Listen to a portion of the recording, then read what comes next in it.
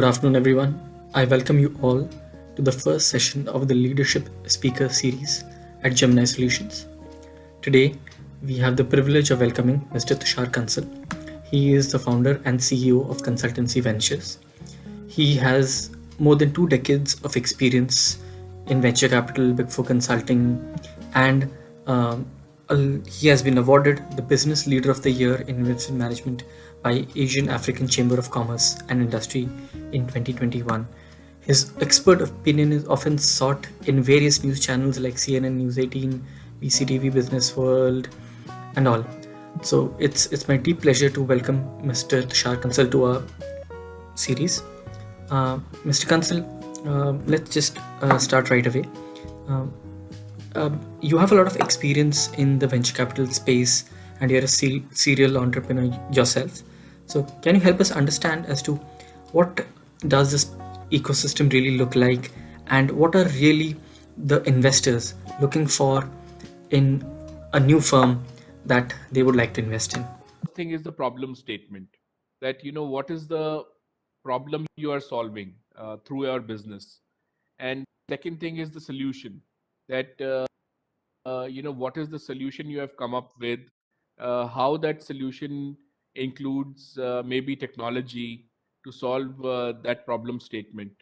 And the third thing they want is to know the team, how balanced is your team, and how many different uh, uh, how healthy is the mix of the team, whether it has finance people, IT, marketing, and the mix of the team. Because if the team is good, they can always keep on changing business models and make it more better. Then they want to know the market size, that what is the market size you are addressing. Because if you are addressing a very low market size, then the valuations won't go very high. Then they want to see the product, what you have created. So like giving them a product demo is something which you can do anytime. The most important thing apart from product is the business model, that how do you earn from that uh, business. And then the traction, that how much money you are making right now, how many customers you have, how many downloads you have, how many active subscribers you have. And also the competition, the competitor analysis, that which are the companies who are your direct competitors. And if you are giving competitor analysis to them, then you also give them competitive advantages, that how is your company better than competition. And then the 5-year financial projections, how will the money which they are investing, how will it go in, how will it uh, result in a business. And how the returns will come, and then cash flows will turn positive, and what will be the return on capital period. Then they also want to know how much money you are asking for, and how will you use the funds. And if you are a consumer company which has already created a nice little product which sells well, then they are happy to give you marketing dollars, even like 90% of the proceeds which they are investing. And lastly, the future roadmap, as in uh, how will you be in another 1 year's time, 2 years time, 3 years time, how many subscribers you will have. And so basically the investors are looking for all these things. But having said that, the earlier you are in terms of asking money from the investor, maybe you are zero revenue, you are pre-revenue, you are pre-seed. The more you are early, the more they will look at the team, and essentially they would be betting on the team. And so these are the broad uh, facets of the investors as of now. So Amendra. Yes, Mr. Tushar, I think that sounds quite good, but it also sounds that there are a lot of clauses for example, there's a lot of term sheet that needs to be signed with the VC and all. So, what are these usual clauses that you would have seen being signed? Well, in today's times, exits, the investors are particular about the exits.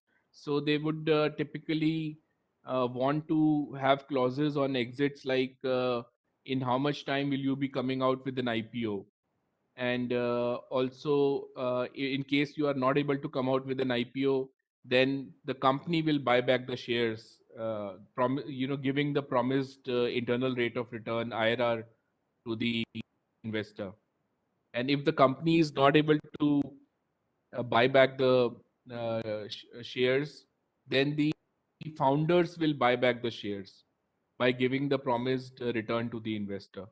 And if that doesn't happen, then you will find a third investor who can give an exit to the earlier investor. If that doesn't happen, then there can be a merger and acquisition, maybe a cash swap deal. And apart from that, there are drag along and tag along clauses which help the investor secure himself. And nowadays, for those founders who are very young, they have a tendency to leave the company early. And without them, without the founders, the company won't go anywhere. So there is uh, nowadays they keep a clause which says that all the equity of the founders is assigned to the investor, and they will have a right to earn back the equity in the subsequent years. um, and if they leave the company in between, then they lose a right uh, on that equity.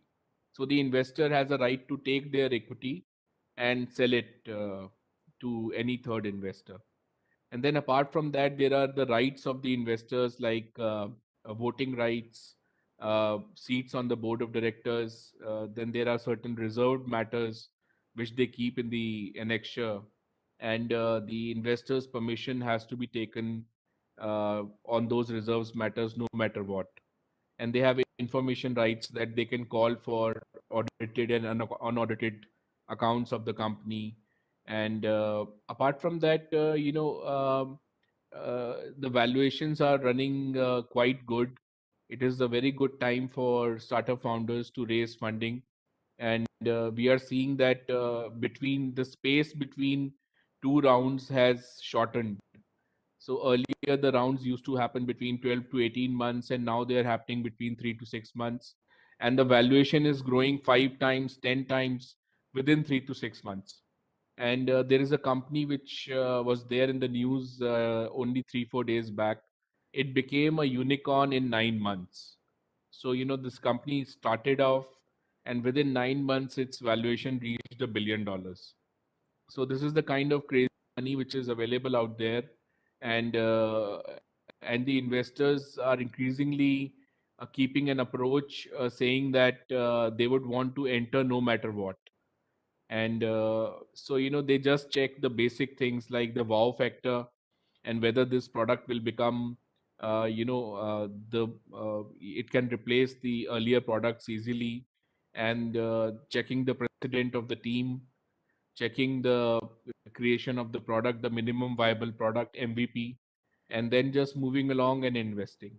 And and there are some anti-dilution clauses which the investors are also uh, keeping nowadays, which means that when new uh, rounds happen, then the earlier investors' equity used to get diluted. That we will have anti-dilution clauses, so their equity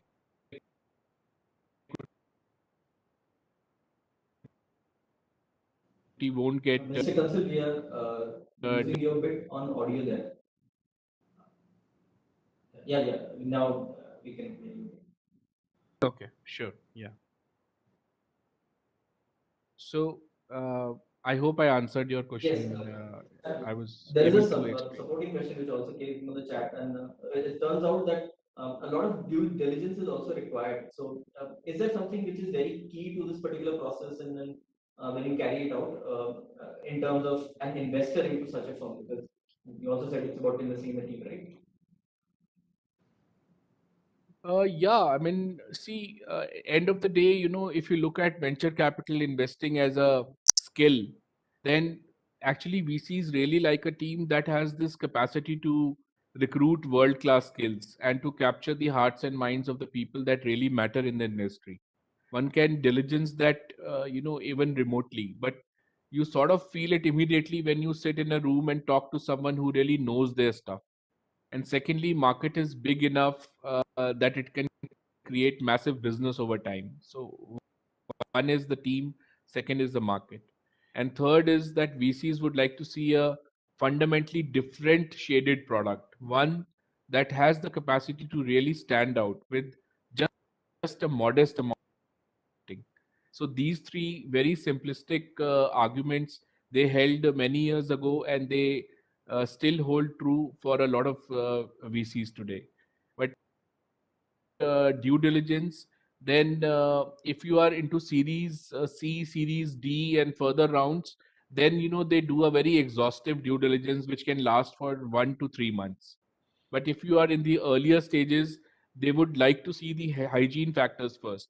That they would talk to some people from your past company, seeing that you were actually doing what you claim to do. And then if you are a product company, they might talk to one or two distributors, maybe one from abroad, one from India. And then on the company formation and compliance front, they would keep a check on the audited accounts and your accountant. So these are the basic ones which will happen in case you are looking for funds early, and you are early in the game. That sounds good. I'll move on to one of the things that you picked up, which was valuation. And you mentioned like the companies like Mensa Brands, which has picked up a $1 billion valuation in 9 months. So, how does this valuation as a theme play out, given that most of the asset classes are on fire? And similar, just like we take the example of cryptocurrency, right? So in this entire space, do you think, for example, it is an asset class where you can have some valuation? Let's say somebody has launched a crypto product, a new coin or something like that, and we can value it. How is the valuation theme playing out in these asset classes or in general? Well, the the valuation, if you ask me frankly, earlier we used to do it by discounted cash flows, and we also used to check the transaction multiples which are prevailing in other transactions which are happening in the market. And we used to use those multiples on our financial performance, value the company. And in some cases, we used to do market multiples where we used to check similar companies which are listed on the stock exchange, and then get some multiples from how they are trading, at what value they are trading, and use those multiples on our financial performance. Then we used to have some net asset value, NAV basis valuation for asset heavy companies. And but nowadays, for all purposes, we are using discounted cash flows, which give a very good idea about the 5-year cash flow performance of the company. And apart from that, if you are a tech company, which suppose you are an app which has a number of subscribers and downloads, then we are using these metrics quite a lot.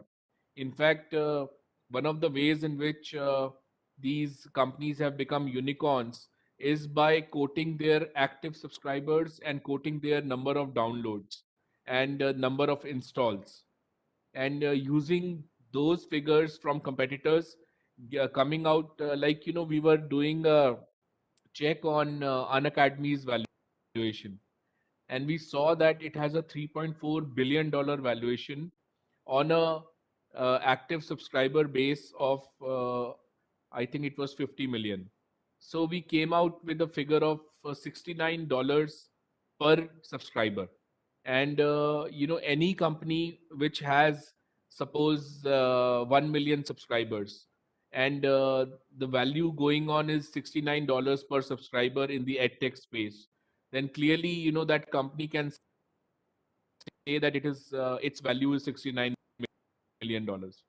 So it is not only the financial performance of the company, but all these metrics which are increasingly being used to do valuations in today's times. And our company, we actually do documentation, pitch deck, valuation, business plans, financial modeling. In that, we usually use a discounted cash flow for doing valuations of the company. But in case there is a need to support the valuation of the company by other means, then we are doing that also. Um, so, Mr. Tushar, you mentioned a few terms which are very usual for MBA or CFO folks like DCF, your valuations and cash flows, everything else. But if we narrow it down to our sector, which is the IT sector, how do you think it looks like? Let me ask a quick question in terms of for a student in today's world, right? Just like you had started off in a case, was just joined a firm in an IT firm. How do you feel it should be the academic strategy for a student in today's times? Well, we are living in times where if you are able to demonstrate your skill level to any person in a matter of 15 minutes to 1 hour or maybe half an hour, that person will definitely consider you in his team, because they need people who can solve problems. End of the day, whether it is professional world or personal world, the whole life is about solving different kind of problems. And in case you are able to solve a technical problem, you have enough know-how, but you don't have an engineering degree, then I don't think there would be many startups who will refuse you in their team. Rather, they will welcome you. And if you look at also from a macro perspective, the US government was the first to announce that for the interviews which get conducted for government positions in the US, a degree won't be required. And Elon Musk went on to say that in any of his companies, a degree won't be required. So we are living in times where skill matters more than degree, and there are enough education technology companies and platforms available. Vedantu, Coursera, Khan Academy, Unacademy, Byju's. You have edX, and you have so much of easily explainable material, even available for free on YouTube, on different websites, on education technology websites, that one can develop any skill without much effort. And in case you want to upskill and cross skill yourself, then an approach of knowing which skill to have and then going ahead and taking it is more important, in today's times. And so, my answer to you would be that probably one way of doing it is you start working in a startup, and within 1 or 2 years, because you'll be handling all the kind of non-process based stuff, then you will be able to manage to get a lot of skills which can take you further in your career. And in case you have a good idea about the technology in which you are working for, you will be able to spot the right startup, which and which can probably give you some ESOPs as well.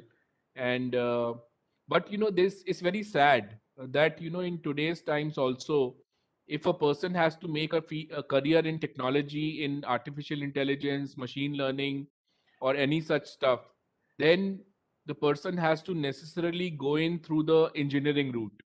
And the engineering colleges are still persisting with their old style of teaching, and the students have to actually do everything themselves to upskill themselves, to properly train themselves.